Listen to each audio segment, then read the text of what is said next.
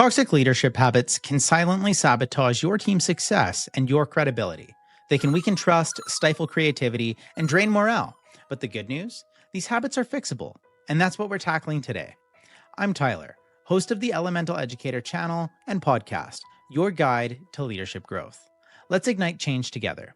By the end of this video, we'll uncover the top toxic leadership habits that might be holding you back, and more importantly, how to lead like the inspiring leaders you admire. Throughout the video, look out for light bulb moments like this one for actionable strategies you can implement today. Okay, part number 1, failing to listen. Leadership starts with connection, and connection starts with listening. Yet this is where so many leaders stumble. When you don't listen, you're not just missing ideas, you're missing the heartbeat of your team. Listening shows your team that their input matters. When it's missing, engagement drops, trust erodes, and collaboration falls apart. But here's the thing. Great leaders don't just listen out of obligation. They listen with purpose. It's not about hearing noise. It's about gathering insight. Let's make this one of your leadership strengths. During your next one-on-one, after someone shares their thoughts, ask a follow-up question instead of jumping to your response.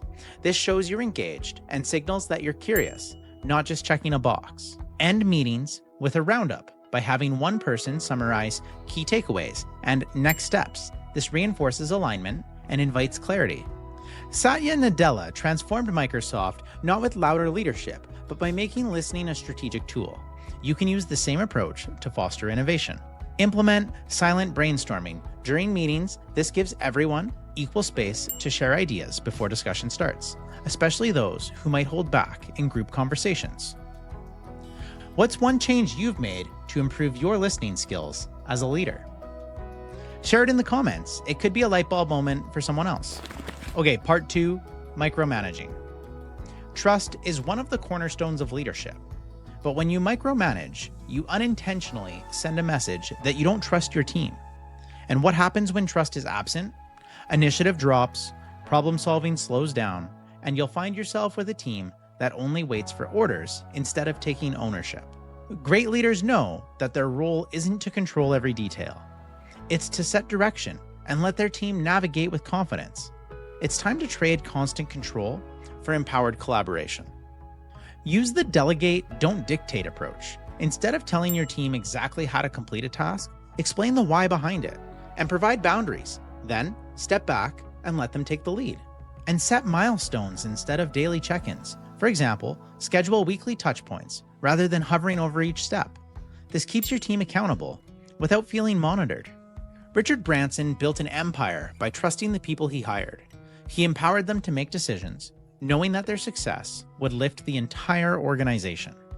And ask your team, what do you need from me to feel confident moving forward? This simple question strengthens the support system without undermining autonomy. Think of a time when someone gave you full responsibility over a project. How did that impact your confidence? Share your story in the comments. Your experience could spark a leadership breakthrough for someone else. Okay, part 3, neglecting recognition. Every leader wants a high-performing team, but high performance thrives on recognition, not pressure. When hard work goes unnoticed, motivation dries up. People start to question their value and contributions. Recognition isn't a feel-good practice. It's a tool to reinforce the behaviors you want to see repeated. But here's the best part. Recognition doesn't have to be elaborate or expensive. The key is consistency. Acknowledgement reminds your team that their efforts matter. Let's explore some ways to make recognition a cornerstone of your leadership style. Start your meetings with a quick shout-out session. Whether it's a completed project or a teammate who went above and beyond, calling it out boosts morale and strengthens team connection. Build peer recognition into your culture. Create a system where team members can acknowledge each other's contributions, whether through chat channels, team boards, or casual announcements. At Google, peer-to-peer recognition has become a key part of their culture, and it's proven that when recognition flows from multiple sources, it sticks. And surprise your team with unexpected thank you notes or quick personal messages. When recognition feels personal and specific, it leaves a lasting impact. What's your favorite way to recognize someone's efforts? Let's build a library of ideas in the comments that leaders in our community can use. And part 4, ignoring work-life balance. Success without balance is unsustainable. When leaders push for nonstop productivity without considering their team's well-being, burnout is inevitable. And here's the hard truth. If you're always on, your team will feel they have to as well. That kind of culture can drain even your top performers. But great leaders understand that balance is essential for long-term performance, not just for their teams, but for themselves.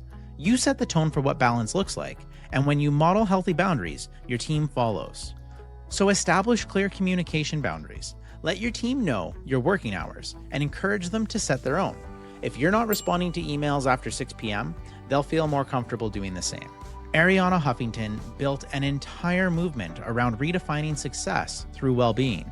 After her own burnout, her wake-up call didn't just change her, it changed her entire organization.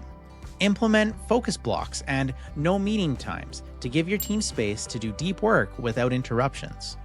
Encourage simple rituals for recovery, whether it's team wellness check-ins, virtual coffee breaks, or starting meetings with a mindful moment to reset. Balance doesn't mean doing less, it means working smarter and being intentional. What's something that has helped you or your team create more balance? Share it below and you could be the reason someone else finds their stride. Leadership is about progress, not perfection.